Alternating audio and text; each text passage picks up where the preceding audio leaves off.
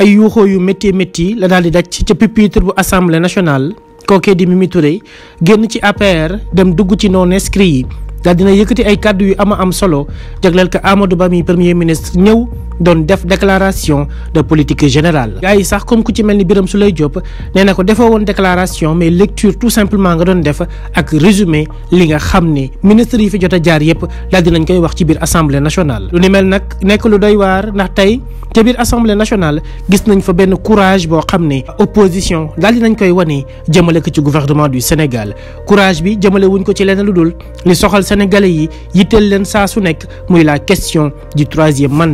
troisième mandat moom moo nekk ci gémmañu sénégalais yépp saa su nekk ñu koy ngungunee ndax ñàkk am lu leen ci wóor ci seen xel ak ci seen xol mu nekk loo xam ni yéene la pour tous les sénégalais à ce que kenn bañ a violer lu jëm ci suñu ab démocratie kenn bañ a violer lu jëm ci suñu constitution. La constitution du Sénégal a été verrouillée comme l'a si bien dit Aminata Touré ñu gën koo xam ci Mimi Touré ñoom ñoo ko verrouillé te ñoom ñoo fa dugal nul ne peut exercer plus de 2 mandats consécutifs ici au Sénégal. bañ koy bind Ismaïla Madior Fall constitutionnaliste bi nga xam ne ñëpp ko nawloo woon fii ci Sénégal moom ak le président Macky Sall doon ci waxtaan ba def ci ay milliards def ab référendum ba sénégalais yëpp daal di koy adopté voté largement pour le oui jamono jooju mayuñu woon benn sénégalais mu daal di ciy dugal lu tolloog benn virgule ci biir texte ya nga xam ne moom lañ doon modifier lu jëm ci wàllum constitution du Sénégal. constitution nag dañ koy respecté constitution dañ koy jox cër constitution dañ koy jox àq ak yelleef ba nga xam ni moom moo ci war. Sénégal nekkul benn pays boo xam ne lu waay neex def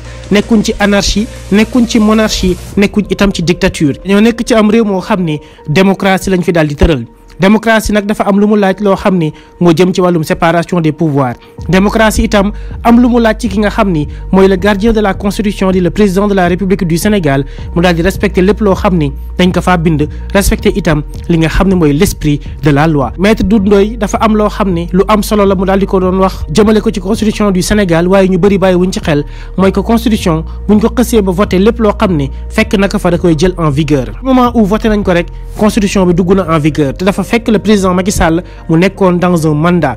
wam bu njëkk bu 7 ans donc dañuy jàpp ni président Macky Sall mandat wam boobu mooy premier deuxième bi mu nekk nii mooy 2019 jëm 2024 mooy nekk le 2e mandat donc bu ko weesoo amatul beneen mandat boo xam ne mën na koo am fii ci Sénégal lu dul daa bàyyi keneen ñëw nekk président pendant 5 ans mu retourné waat moom ñëw bokkaat ci ñuy jongante ngi dool di nekkaat président de la République du Sénégal lu ni mel mën naa am waaye nag bëgg a defaat 3e mandat bokkul ci li nga xam ni sénégalais yi mën nañ koo accepter bëgg a defaat 3e mandat bokkul ci li nga xam ni dina honorer ay kaddu yu président de la République Macky Sall ndax nag mbir mi dafa am lu leen ci bett am lu leen ci jaaxal ñoom mooy que ne jamono ba nga xam ne ñi ngi yëkkati seen ay kaddu di ko jëmale ci lu jëm 3e mandat di xamal sénégalais yi que ne ñoom duñ ko def bëgguñu ko te duñ indi benn instabilité ci biir réew mi boobu xamuñ woon ni exploitation pétrole ak gaz mi ngi ñëw xamuñ woon ni nguur neex na neex goo xam ni boo amul ngor amoo looy jommale sa bopp yow doo ko mës a bàyyi. gis nañ ko fi ci Afrique ay président yu bëree bëri yoo xam ne mujj gi sax ay dàq lañ leen mujjee génnewee seenam réew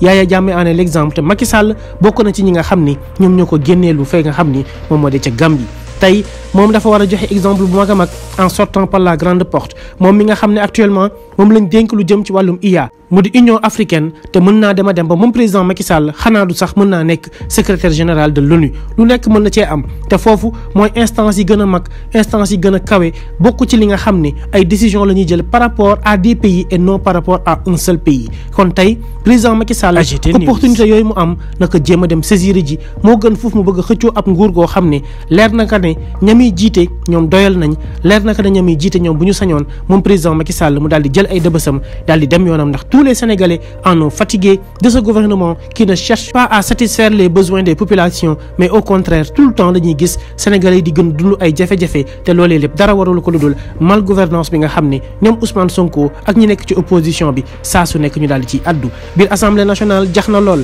métti na ndax li ko waral du lenn lu dul dañoo am en face benn opposition boo xam ne dafa radical opposition boo xam ne bàyyi wuñ leen ñoom waa pouvoir ñuy def lu leen neex ndax kat le pouvoir est revenu entre les mains des Sénégalais qui l'ont redonné aux opposants. tey gis nañ configuration ba nga xam ne moo am ci biir assemblée nationale dara waralu ko ludul population du Sénégal bi nga xam ni moo jël les devants daal di jël majorité bi jox ko ñi nga xam ni ñoom ñoo di opposition bi ba tax tey pouvoir am fa problème ba tax tey képp ku fa ñëw comme ab ministre rek bala nga faa jóge di nga fomp say ñaq ba sonn ndax ña nga xam ne ñoom lañ yabal ñu daal di fay toog nekk nañ ñu pertinent nekk nañ ñu cohérent nekk nañ itam ñoo xam ne kenn mënu leen génne ci seen ay conviction te benn conviction la ñu am mooy faire en sorte que Sénégal jafe-jafe yi muy dund ñu daal ciy génn faire en sorte que tout ce qui ne va pas ñu daal di koy dénoncer ministres yi xam ko ña nga xam ne ñoo fa teewal gouvernement bi ñëpp daal di koy yóbbu jox ko président Macky Sall waaye itam faire en sorte que journaliste yi nga xam ne ña ngi ca gannaaw daal di koy xamal sénégalais yëpp bu ko defee ñu xam dëgg-dëgg jafe-jafe yi nga xam ne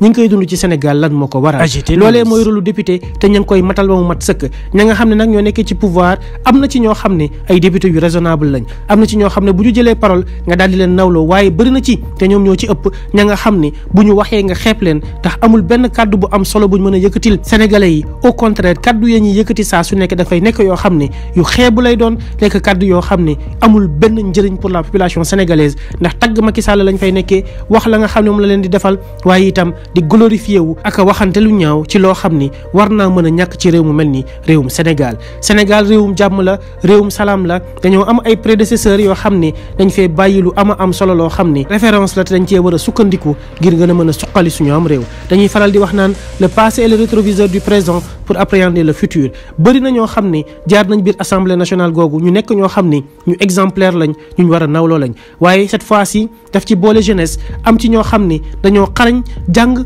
am itam li nga xam ne mooy ijaasa yi ci war yëpp ba noppi itam di gëstu saa su nekk ci jafe-jafe yi nga xam ne Sénégal mi ngi koy am ak nan lañ war a gérer am réew ak itam état nan la war a doxee nan la war a doxalee lu ni mel ñu maîtriser ko moo tax saa su nekk bu ñu yégee ca pupitre ba nga xam ne moo nekk ca biir assemblée nationale bu ñu yëkkatee kaddu rek nga daal di bég daal di leen nawloo ndax kat am na ci loo xam ne attente la woon ci population du Sénégal te ñoom ña ngi koy matal ca na mu waree waaye itam ña ngi koy taxawee di ko défendre comme il le faut ministre ya fay jaar ñoom ñëpp ils doivent savoir les difficultés que rencontrent les Sénégalais bien vrai qu'ils ne l'ignorent pas mais nag dañ leen ko war di fàttali ndax ñoom saa su nekk ñuy dégg ay scandales yoo xam ne mi ngi fiy am amuñ ndax dëgg la ou pas mais nekk na loo xam ne encouragé wul ñoom seen ëpp liggéey encouragé wul itam yitte bi Sénégalais yi war a mën a am ci lu jëm ci wàllum politique ak itam ñi nga xam ne ñoo nekk au pouvoir Sénégalais yu ci bëri désintéressé wu nañ ci wàllum politique waaye cette fois-ci dañoo ñëw ñoom ñëpp duggaat ci ndax dañoo gis ni gouvernement bi nekk en place buñ ko bàyyee nii contrôlé wuñ ko jëluñ ci les devants dinañ dem a dem ba sénégalais yëpp dinañ nërmeelu te bu boobaa jafe-jafe lay jur boo xam ne kenn du ko mën régler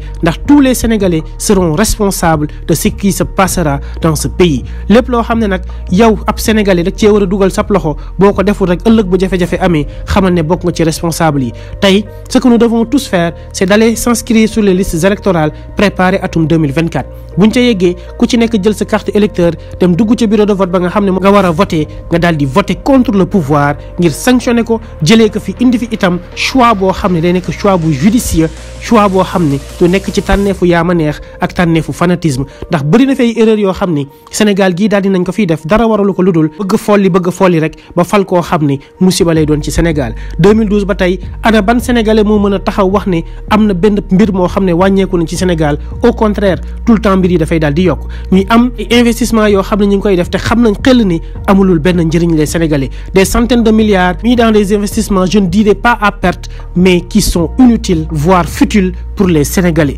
loolee nag mooy li nga xam ne Sénégalais yi ñun ñoo ci mën a jugal suñu bopp daal di xool ñoo xam ne xam nañ administration nu muy doxee xam nañ lu jëm ci wàllum fiscalité xam nañ itam am réew nan lañ koy gérer waaye itam fekk ñañ koy dénk dañuy am discours bu cohérent am discours bu am fulla ak fayda boo xam ne dañuy fàttali ñoom Valdiodio Ndiaye am ñoo xam ne dañuy am discours boo xam ne ils n'auront pas froid aux yeux buñ taxawee ci kanamu ñi nga xam ne ñoo di nasaraan yi am ay leaders yu ñu dénk suñu réew ñoo xam ne bés bu ñu janoo ak ñu mel ni Macron ak ñeneen ñi nekk ci àdduna bi duñu am lenn luñ leen di envier ndax dañuy xam ne kat ñii ay nit ñu weex lañ ay nit ñu ñuul lañ waaye ëpp ñu xam-xam ëpp ñu potentiel ëpp ñu lenn loo xam ni ñoom ñi ngi ñu koy jaay ba tax ñu war ñoo mën a imposer suñu ay politique de développement war ñoo mën a wan yoon bi nga xam ne fa la ñuy jaar ngir daal di yegg ci li nga xam ne moom lañ bëgg pour suñu am réew ndax ñëpp xam nañ ne développement moom c'est d'abord endogène avant d'être exogène saa su ne ci sa bopp ngay tàmbalee ba am développement bi nga bëgg doo ko mën a ubbeeku vers l'extérieur ndax ku ci yaakaar ne français yi ñëw développer le sam réew yaa ngi nax sa bopp. au contraire ils viennent